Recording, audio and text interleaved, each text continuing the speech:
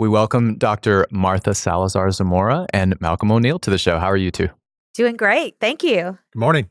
Well, how are your weeks going? It's been an exciting time.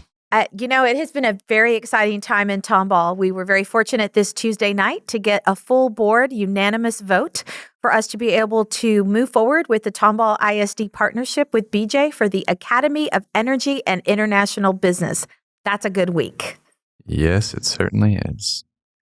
I think for us here too on the campus, kind of a busy day. We're actually hosting a customer visit today as we'll be later today announcing a new technology that will be taken out into the industry. And from a news cycle, two other nice events. We have a new chief financial officer that we announced in-house that came from within the organization. And also too, this great partnership that we have also being announced this week with the Tomball School District.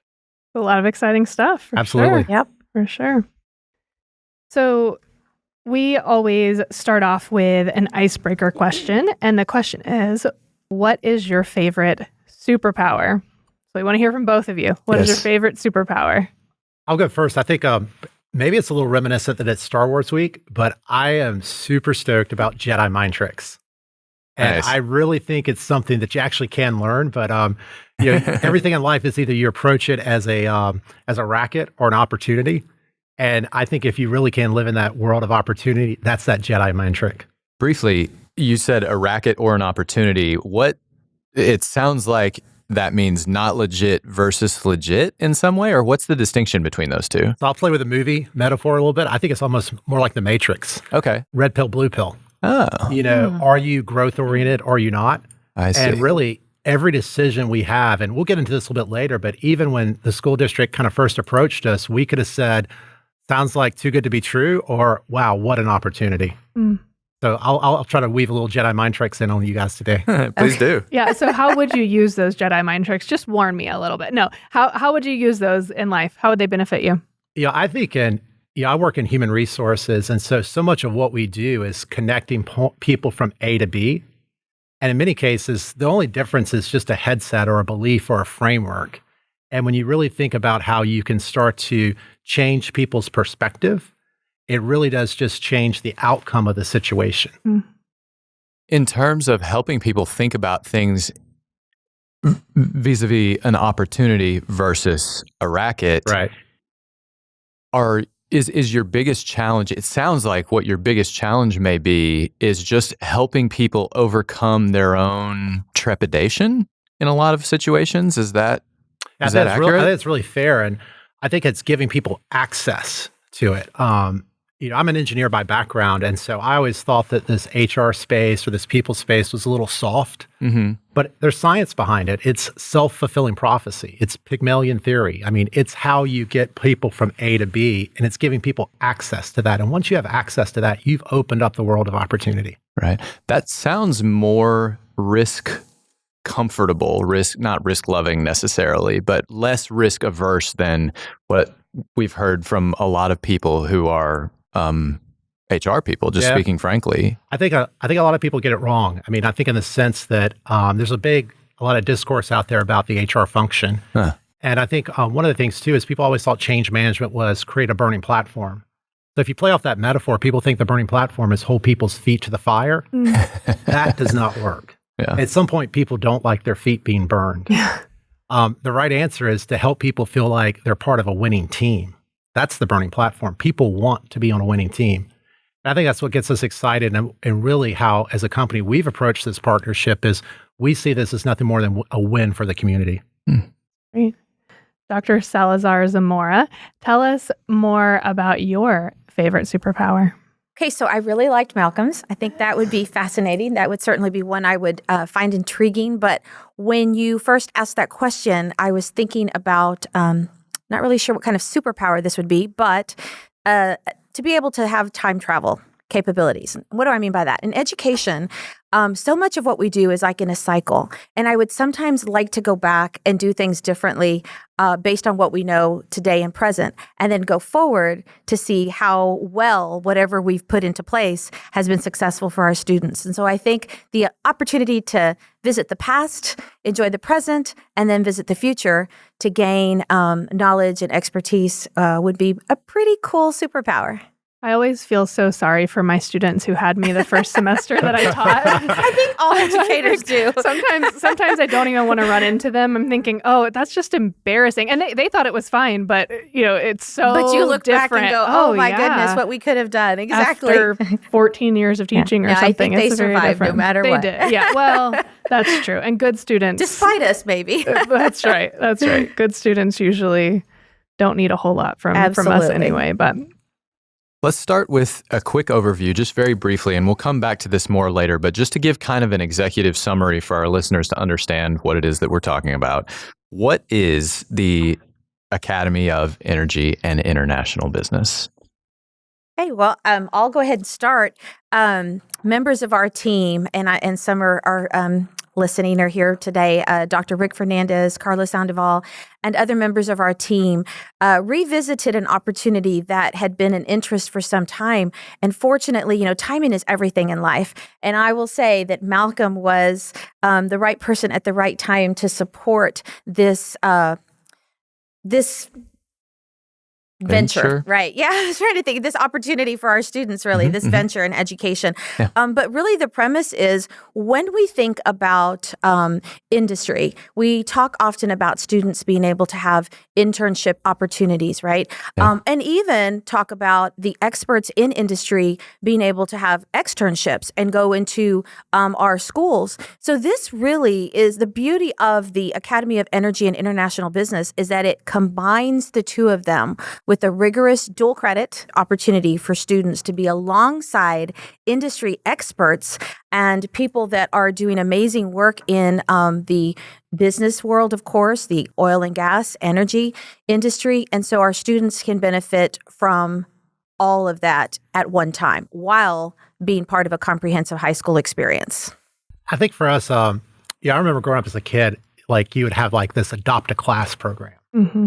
And, and I thought it was pretty cool as a kid because like once a year you go take that class field trip and you go find your business and you get to know them. But it was one day out of the year. And so I think for us, this is what it looks like when a business says, I'm going to be intentional about not just adopting a class, but adopting a school district, partnering with a school district. And so, it sounds a little inconvenient. And, the initial, like, as we started to frame this out on our campus, here, folks have said, oh my gosh, what about the high school parking lot? Like, don't worry, they're coming on a bus. It's that whole racket. It's that whole piece of saying, where do we go with this? And I think for us, what it really looks like is when we say we want to be a partner to the community, when we say we want to believe in education, we believe in STEM, it's one thing to say it, but watch where our feet go. That's what this really is about, is to walk the talk. And we're going to find a way that we're going to create something very unique. I mean, as Martha and the team have looked at it, there's not a lot already to leverage out there. It's the first in the state and only the second in the nation. Wow. Beautiful. So I think for us, it's a chance for us to really say, when we mean that we want to be intentional about this is what intentionality looks like. Yeah. Wonderful. Super excited. All right, let's back up a little bit and go back to the beginning. For you two, we want to get to know you two a little bit better. Here are some of our favorite team building questions. Okay. So we'll go through all of these with you first, Dr. Salazar-Zamora, and then with you, Malcolm. Perfect. Where did you grow up? I grew up in Keensville, Texas, so down in the South Texas area, not quite the valley. Yeah. How many in your family? In my family, it was, of course, there were 4 of us, and now my family, as a married individual, we have 2 children, so there are 4 of us and 1 dog, 1 fur baby. Nice. What was your first job? My first job was at the mall, at a clothing store. Okay. Yeah. What was your greatest challenge as a child? Okay, so I kind of have a unique one, I think. I was born without the ossicular chain, so therefore my middle ear bones were not formulated. Oh. So I had an ossicular chain implant at the age of 17, so I was considered moderately to severely deaf until that surgical procedure took place. And so growing up, it was very common for my parents to continue to remind me of the mantra, never let my disability become an inability. Sure. And so the irony of that is a child in a special needs program because of a hearing deficit ended up becoming the first female Hispanic superintendent one day, many years later. And so in education, that's pretty exciting. Yeah, really exciting. How did you have to adjust for that when you were younger? Well, so as a child, I had obviously countless hours of therapy, speech therapy, a lot of intervention. I had, of course, some assistance for hearing and just really learning to read lips. My mother was personally had issues with sign language. That wasn't something she wanted for me for different reasons. I actually believe now as an adult it's the best thing, but back then it wasn't as seen upon. Okay. That was prior to IDEA, which is the Individuals with Disabilities Education Act. And so there weren't as many laws at the time set in place for students that had a disability. How do you think that having that disability has impacted the way that you operate as a superintendent? You know, it impacts the way I live because I always think about never allowing anybody to let any disability become an inability. And of course, making sure that every single educator and parent remembers that there is full capacity in every child, and always remember that, because if I had been limited at that time, did not have the advocate parents that I had and whatnot, I certainly would not be sitting here with you today as a graduate of A&M with my doctorate. Here's a question. How do you educate educators about disabilities that are maybe a little bit harder to understand? Like Sure.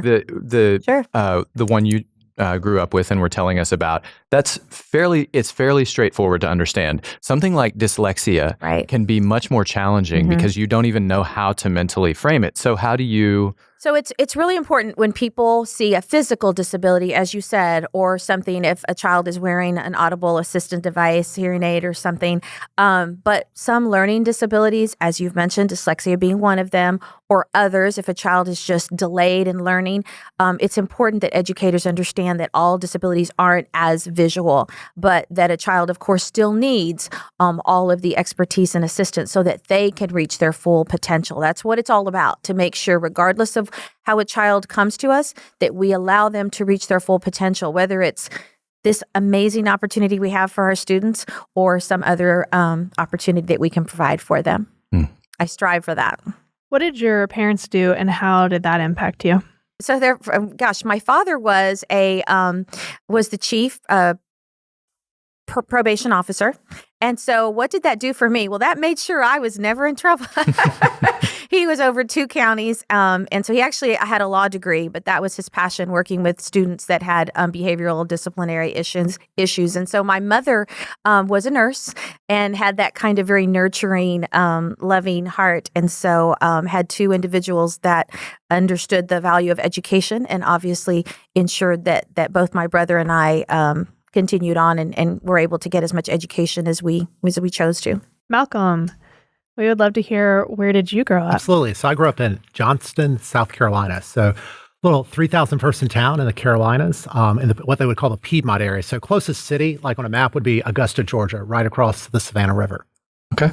So as a kid, got to grow up going to the Masters. So that was, I thought every kid did that. That used to be, we actually worked concessions growing up over at the Masters. Wow. That was one of my first I love jobs. that story. Yeah. And so you could go as a high school student and go on prem and go in the morning and work and then stay on the course that afternoon, or vice versa.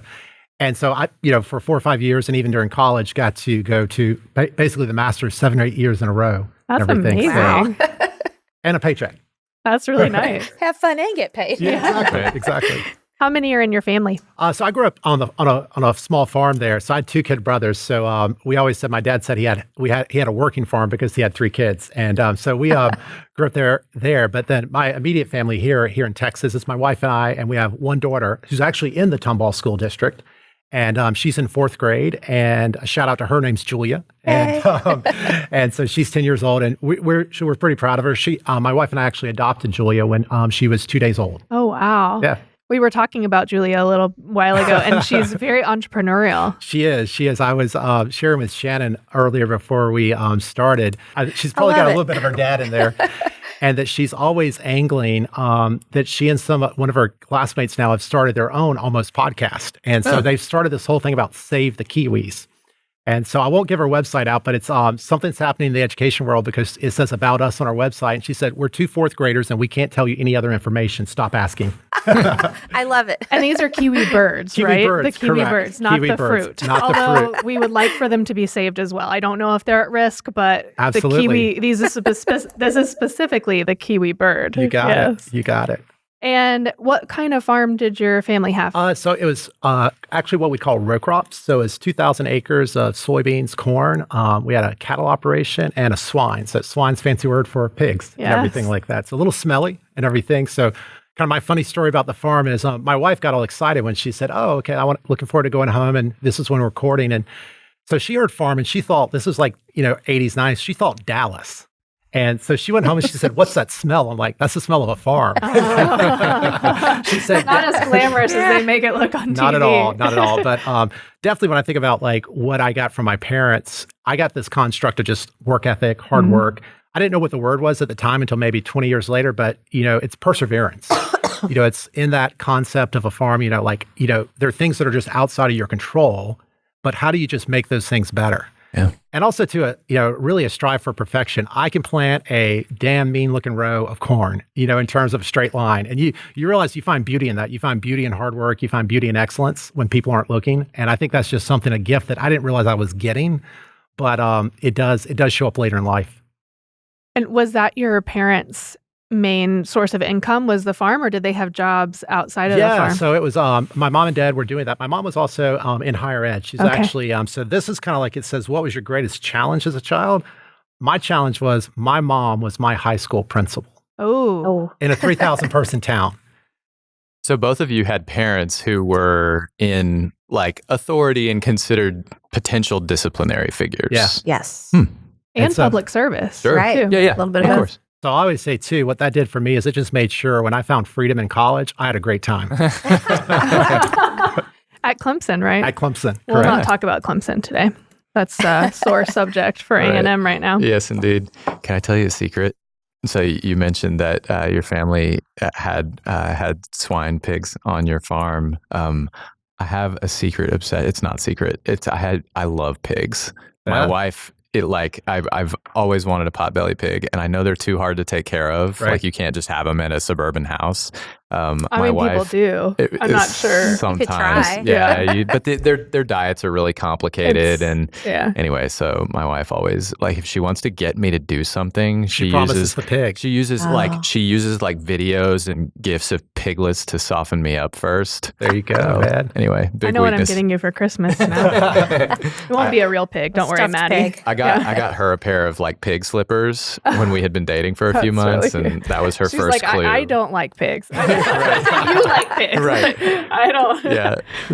Let's have from each of you 45 seconds or so on the professional experience that got you to where we are now. I think too, growing up in a small setting, I think one of the best things that I had access to early on is I was actually a co-op, a more traditional four-year program, school program, but it took me 6 years to graduate because I had 5 alternating semesters working out there for a company. Actually went to work for that company post-graduation. And I think that instincts or that insight to business, that opportunity to step into the workplace before my classmates were, and just really set me up and open my eyes to the opportunity. And so I look back and I think that's probably the best career piece that I had access to, and has really set a tremendous framework for what I've been able to navigate the business space. Right. And you've mostly been in HR through the course of your career? Yeah, actually, I started out as a chemical engineer. And so actually it was that first company that actually guided me into HR. Basically they took every up and coming, they only hired engineers and then navigated them into different corporate functions. So I started out in payroll and personnel services, which is what many of us now know as human resources. Right. Okay. And what about you, Dr. Salazar-Zamora? So I mentioned earlier the fact that I, grew up with a hearing disability. And so I was, for all of my formative years, had speech therapy. And so no surprise, I became a speech therapist. I actually did not major in education, but I started doing therapy initially at a group home when I graduated, and it was with adults that had traumatic brain injury. Oh. And with my personality, what I had not figured out, that's why I love what we're doing here, which is allowing students to learn early on what they like or perhaps don't like. the rate of progress was really slow.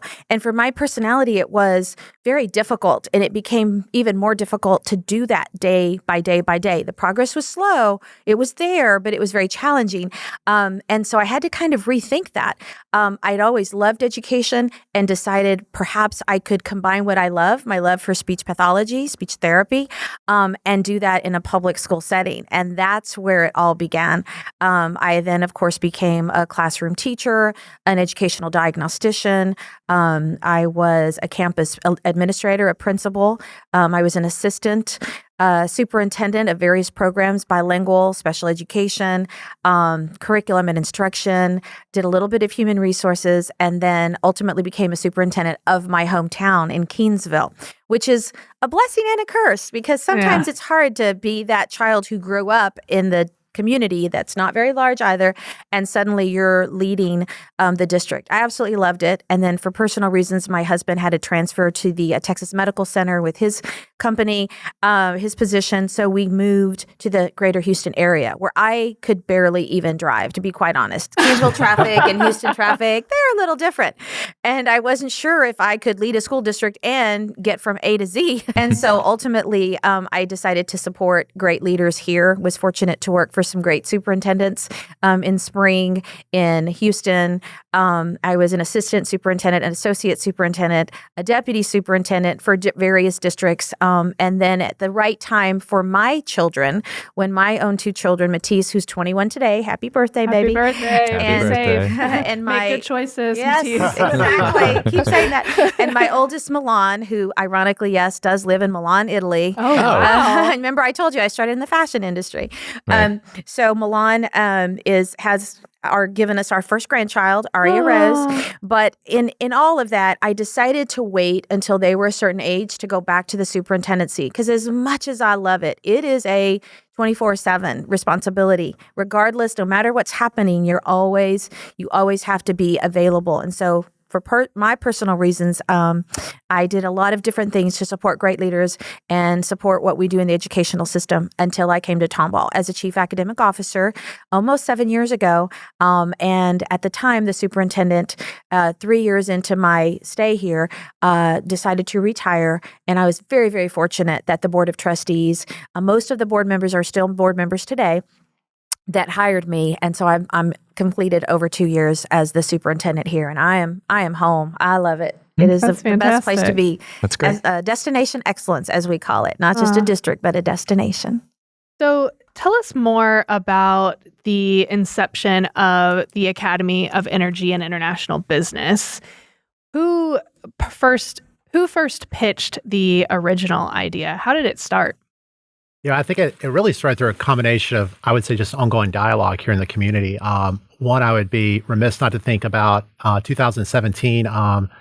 Martha and a team of executives from the Chamber of Commerce, the head of the hospital system, the local community college, the chamber, all came on site just to say, okay, congratulations on BJ Services. Glad you guys are back in business here. Welcome to town. And we all came because you're a pretty big employer here, so we'll be knocking on your door at some point. So I think we avoided the knock for a little bit. Yeah, but It's pretty loud. It got louder. It got louder. And I think what was really unique is about almost 6 months ago, and this has really come together really nicely, really fast, is we were actually having some dialogue with Lone Star Community College and thinking about as they were looking at, some needs for some lab space. And so what we've really done here is that we've kind of grown into our business. What we've realized is that we've got a great 70-acre campus here that's inside city limits. And so rather than thinking about just being 70 acres for one employer, how do we bring the community in and really think about what would this look like if it was a business park?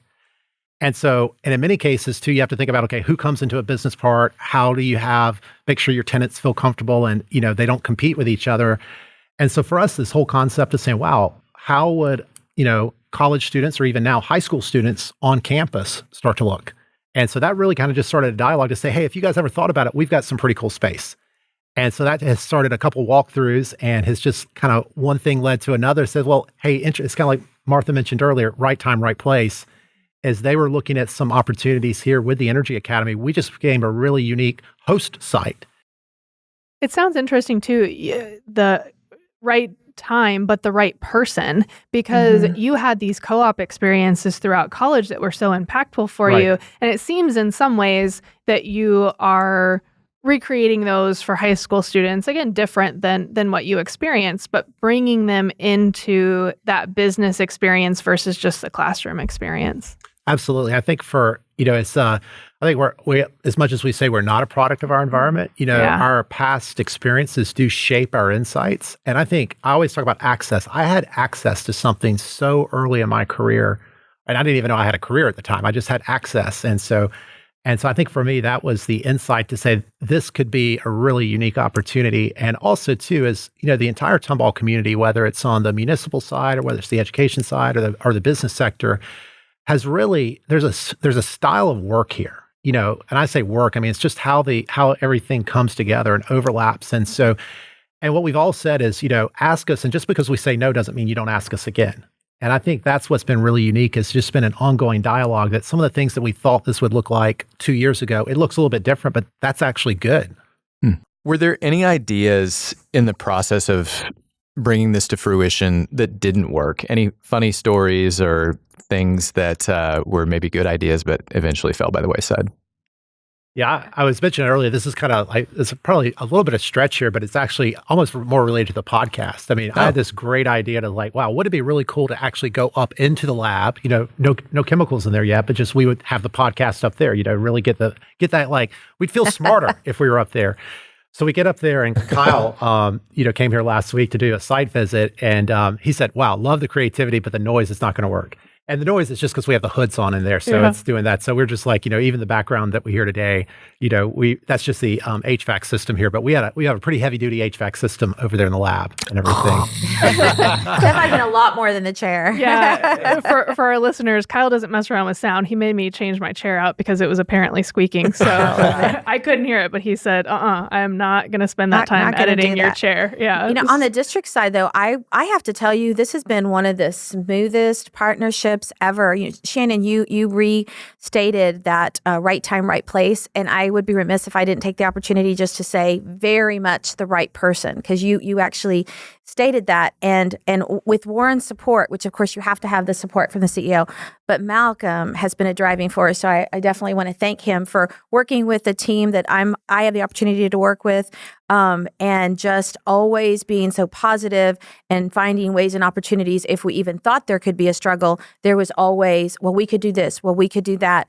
And it's just not often, obviously, we're the first in the state, second in the nation, that industry opens up to this corporate setting for our students to be able to learn alongside in what we consider, we are an A-rated, academically rated school district. So we have a lot of great things happening, but you always want to continue to offer more to our students. And this is certainly one of those opportunities. As a matter of fact, a lot of employees, as has been mentioned, this is in our community, and their children, like Malcolm's very bright fourth grader, a lot of the families do send their children here to Tomball. So we're super, super excited about this. We've not had obstacles or challenges. And if we've had any, again, even thought of any, BJ has put those to rest very, very quickly. So it's interesting. You said before that on Tuesday, the Tomball ISD School Board. Yeah, the Tomball ISD School Board approved the program unanimously. Correct. And, which I don't know. How is that rare that that something's approved unanimously? You emphasized that when you said it. So so I have a 7 board member. We're considered a team of 8, the superintendent included, and this school board is really very supportive if we put something forward. But this was not something that we had years of dialogue and discussion, or even many months of dialogue and discussion. We the team came together. Dr. Fernandez gave a presentation. Carla Sandoval in a recent meeting, actually Monday night, right before the vote, went over questions and answers. So the support of our executive team and cabinet was there to push this forward with the presentation, but for the entire board in a very quick period of time to say, yes, we want to lead in the state and do this. And when we do this with an industry expert, we want it to be BJ Services. It doesn't always happen. When I think about back when I first came here, when they were opening up, knowing we wanted to partner, I would have never dreamed this would be the partnership. It seems fast, and it's great that y'all were able to move that forward so quickly with so much support. One of the things that I think is also unique about the partnership is just some of the needs of the energy industry right now related to human capital shortage and how that could really provide a benefit to possibly dispel some myths about the energy industry to high school students early on as they're thinking about what careers they want to go into, to start that pipeline much earlier than companies typically do. It seems like a great opportunity for BJ Services to do that. I think that the more that you can give people access, I guess is the word of the day for me, is give them that ability to try it on. What is unique about the Houston market is many of their parents or family members are in the energy industry. So that does help. But also, I think probably there's another paradigm to this, is the fact that many of the millennials or these next generations, the construct of going to work for a big company. And so, no, I want to go to work for a startup, or I want to go change the world. And so what we really are excited about is saying, how do we give people the insights that, a company like BJ, while we are big, we are growing, everything's new, and it does feel like a startup. And so being able to let students... And it is changing the world. It is changing the world, yes. Yeah. And very much part of that. And it's even to the fact, too, where, we would say Houston's an oil and gas town, or is Houston an energy town? And you start to see that transition, and letting this kind of new cohort have access to that so early is so fundamental in terms of really setting the organization up for future success. On that note, you mentioned a new technology that you're bringing into the market, and it seems to relate to what you were just talking about. Absolutely. Can you tell us a little bit about that? Yeah, so don't want to get quite out ahead, but we'll actually have a press release coming out later this week, actually talking about our next generation of fleets. So much of what we do is, in addition to being a service company, is the technology that we put out there in the workplace or in the oil patch. And so we're always looking to find ways to bring that efficiency and productivity out there. And so very excited. And so stay tuned to our website. When we spoke with our friend, Dr. Rick Fernandez, about the center, he mentioned the following factors as the why, kind of revisiting what we're doing here. And those were the unique opportunity for students to learn alongside industry experts, a great opportunity to partner with a local company whose employees live in Tomball, a chance to offer rigorous dual credit courses with built-in hands-on experiences, opportunities for internships that lead to jobs within the energy industry, and students experiencing what it's like to work in a corporate setting alongside the employees from BJ Services. Of these factors, which do you feel is there one that you feel is most unique or important? Dr. Salazar-Zamora, you mentioned that this is the second institution of its kind in the country, the first in the state of Texas. What is the thing that not necessarily has been missing around the country up to this point, but what is the thing, the linchpin of all of this that makes it so valuable or so rare? So when I think about all of them that you've just listed, all of the different factors, it would have to be the first one. And I'll just restate it because it's so important. It's a unique opportunity for any student. It's really open to all of our students with the class coming up to learn alongside industry experts. I would add to that in a corporate setting because that doesn't exist. As Malcolm mentioned when he spoke earlier, it might exist for a day, for an hour, for no more than a sliver of time. For that to be an everyday opportunity, Monday through Friday, just imagine the wealth of knowledge and all that we really are a product of what we see and what we hear and the experiences that we're exposed to. And it's about exposure. So I really would have to say they're all important. We always want to strive for more rigorous dual credit classes. We're glad that it's in the community. But to me, it's really about that number one thing. Right. How are students going to be graded? Like, what does credit look like? How, understanding the ways that corporate life is different from academia, how do you merge those two things together? So it will still be a somewhat of a traditional grading system per se, but I would imagine we will embed portfolios, pulling in from some of the not a standard-based grading where it's just portfolio-based, but we will have more of perhaps a combination and work with the students and staff to see what fits best as we move forward. So a lot of excitement. Can you say what a day in the life of a student that's participating in this program Sure. would look like?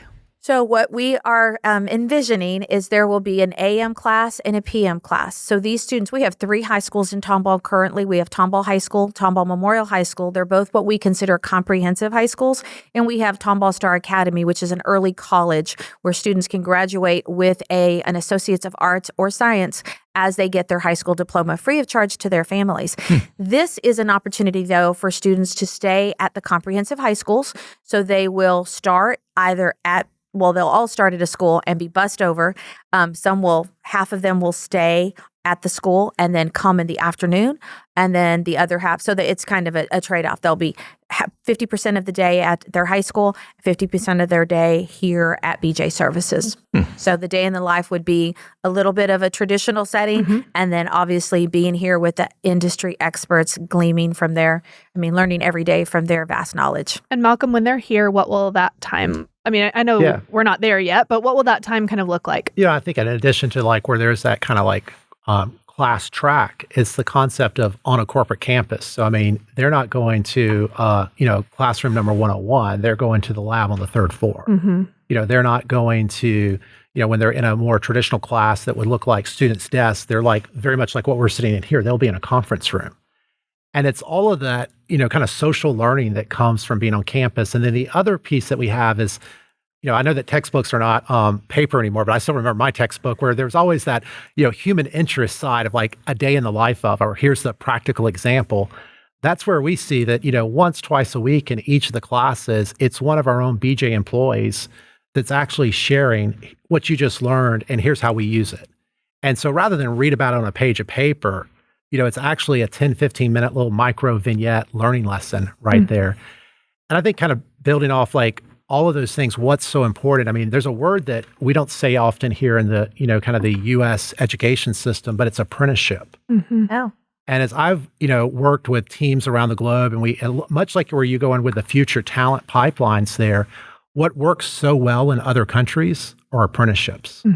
And while we're not, maybe that's not a word or a vocabulary word that we'll use, directly because there's not that context around it here in the U.S. market, but this is the U.S. version of an apprenticeship, very much so in terms of the work skill set that a graduate of the academy would have, because as much as it is about the education, it's the other working side of that knowledge, because in addition to just being in the workplace, we envision that as we really open up our work product starts to look like the instructors or the teachers of the academy, their laboratory. And so when we think about some of the monitoring centers that we do here on campus, we think about our laboratories. We actually see these students working here after hours. So their after-school job is not on the family farm. Their after-school job is here on the BJ campus. And that's really exciting for us when we think about building that pipeline. And it really allows us. And so we mentioned Warren Zimlack, and in terms of really giving him some credit, Warren is actually Canadian by nationality and grew up in that system and actually grew up inside that apprenticeship. And really that's what launched his career into oil and gas. And so I think his insights as a leader are also very much set by that access to education. And it doesn't always look like what we think it might look like here in the U.S. Apprenticeship. I hadn't thought when you said it, I was like, that's exactly what I this think as is. we were describing we don't use that word enough. We don't use it enough. And when we were describing this to our executive team, that it's not so much like, oh, we've got this extra space. The first word that Warren shared is like, finally, you guys are he always gives us a joke that we're a little slower down here in the lower 48. But he was like, this is what is so successful in Europe. This is what's so successful in Canada is access to education in a very unique way. And it's like, it's not vocational, because I think that almost sometimes you can have a stigma to it in terms of that. But this really does give us a way that as we explain it internally here, that's very much of the model that we're using. Yeah, I think that's an important distinction, that it's not vocational training. There are some schools that do that, and that is an important service that they offer, but that's not necessarily what this is. Correct. This would be as much for being in the corporate setting or the business setting as well. Setting, or we could also envision too, someone using this to actually track into a more technical program where they would actually be able to say, wow, I've seen the mechanical side of what you do. We actually have a manufacturing center here on campus where we manufacture a lot of our new equipment here. And so for them being able to have access and see that in the workplace, it's almost like that old-fashioned like day in the life of, you used to go shadow someone in an industry. Well, as a corporate, as the global headquarters here, we have every function, we have every facet of the business here. And so what we'll have is, it's not the field trip day, but it's every day they get access to see these different careers. Career and technical education is more of a focus in the state and beyond. And so this is definitely something that falls within our CTE, as we call it, strand. Great. Maybe I might be the only one who didn't really connect the dots, but what is the most important difference, in both of your opinions, between an internship and an apprenticeship? What is an apprenticeship doing for the student or the learner that an internship is not?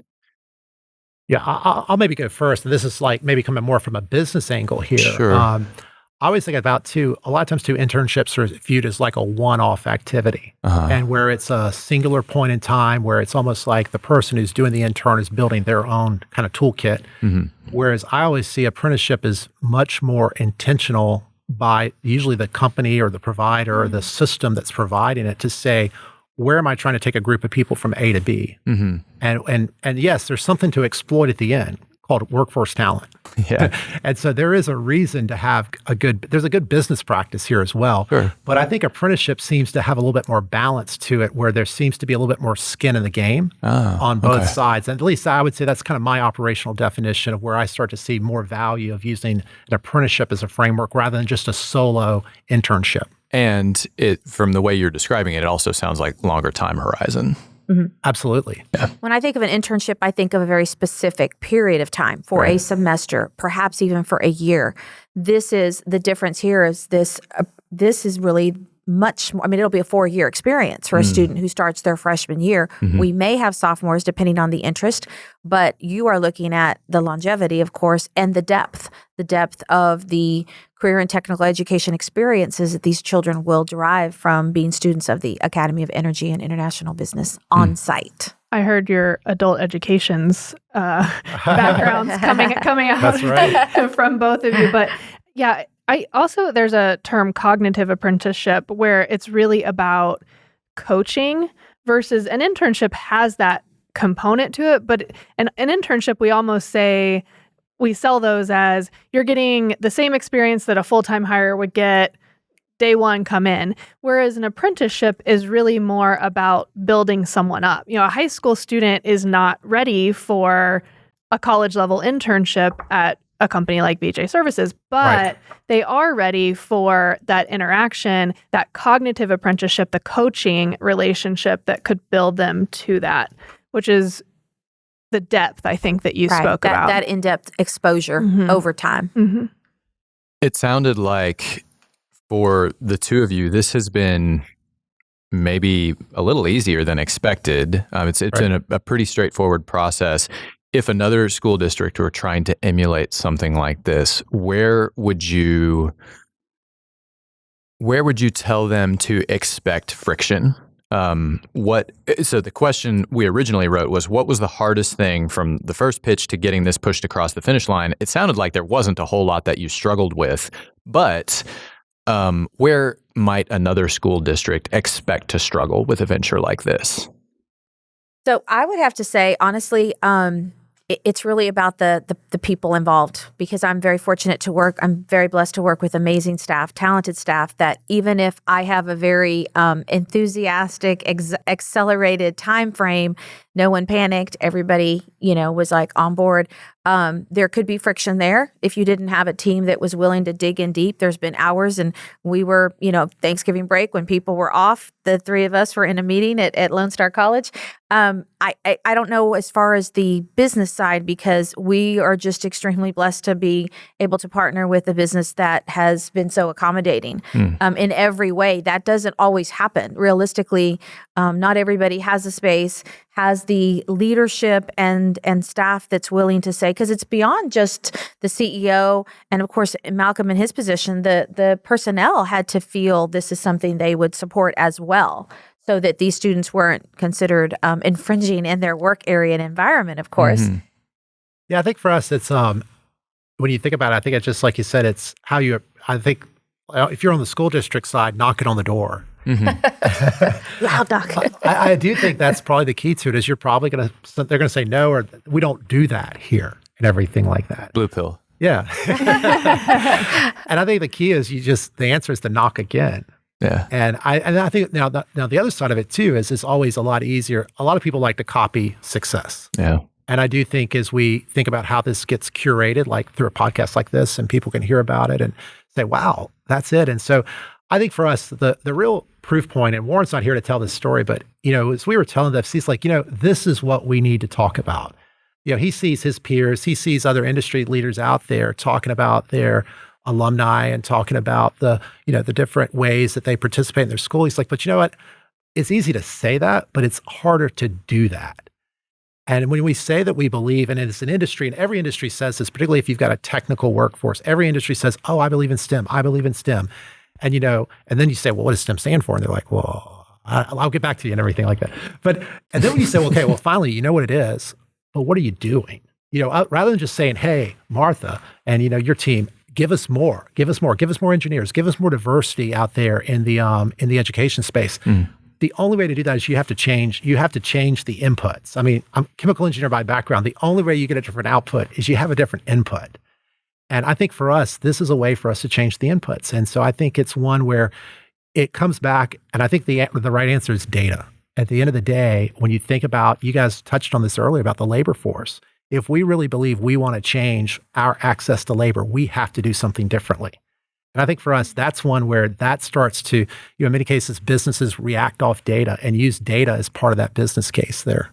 I think I'm doing some research right now on the labor force and some of the pressure to businesses to adapt to the low unemployment rates and how you hire people. And I think we will see many companies doing very creative things that they might have really shied away from 5-10 years ago, because it's such a need. It's such a pressing need that need is pressing in enough that companies are going to have to adapt and be more creative in a way that they wanted to be before, but didn't have to be. Yeah, I think a little quick vignette about once you get the right headset on the organizations. I mentioned earlier that we were hosting a customer tour. We were doing a dry run yesterday. So we're out on campus, and one of our finance leaders, we were walking back, and they had never really been out there to the center of campus to see our manufacturing areas and all the testing components that we have. And they said, wow, it's almost like we've got a college here on campus. It's like, be careful what you ask for. Yeah. But when we really think about the pipeline here of what this could create, where we think about, we've got this interesting piece here. And so we're, hopefully, you guys will host here again. And, we're doing some pretty interesting things with the community college where we could almost see that this becomes not only just a business park for employers, but a business park for the educators. And that really it becomes a learning laboratory. And so how do we take a very traditional business model, and to your point, really think about doing business in a different way? A lot of times you see people start their institutes. Well, that's not our core competency. So what we've got the really unique opportunity to do here is to partner with the people who have that best in breed core competency to say, if you want to build a pipeline or an institute of talent, we're the right partners. And it's almost like how do you Uber education? We always talk about how every industry can be Ubered or just be disrupted. I really think what has happened here in the last 6 months is really Ubering a model. When Kyle came out here last week for the scouting visit, he said, oh, okay, I kind of get this. A decade ago, Katy High School built a career center, brick, mortar, bond, community, goodwill out there for 12, 18 months to build that capital campaign, so to speak, to get that done. Here started with 3 or 4 dialogues, provocations, a couple workout sessions with the district staff, and here we are launching a school. Yeah. We're launching a programmatic component of a school, and almost like without the infrastructure, but it is the modern day way that business, the pace of business occurs here. And I think that's what's really exciting, is to see where you take some of those business practices and you take the progressiveness of a school district like Tomball, and you see what can happen when you just let those two things collide and intersect. What's the evolutionary version of this then? Where is there a phase 2 for a center like this? Where do you see this in 5 years, 10 years? And what's the bigger future for this kind of arrangement between academia and industry? Oh, I want to ask it a little bit differently too, because Martha at the beginning said her favorite superpower was sort of time travel. It was being able to look at curricular changes from 5 years from now. So Right. if you're doing that, you get your time travel superpower. You can go 5 years from now and look back. Right. And What- hopefully see everything we've done right. yeah. What would it be? What would it look like in 5 years that you look back and say, we did that right? I would have to say, definitely we entered into it with a long-term agreement. That was important for us, making sure that because we're asking families to be all in and for students to choose this over other opportunities. And so we're excited. I would hope in 5 years that we will have graduated our first group of students.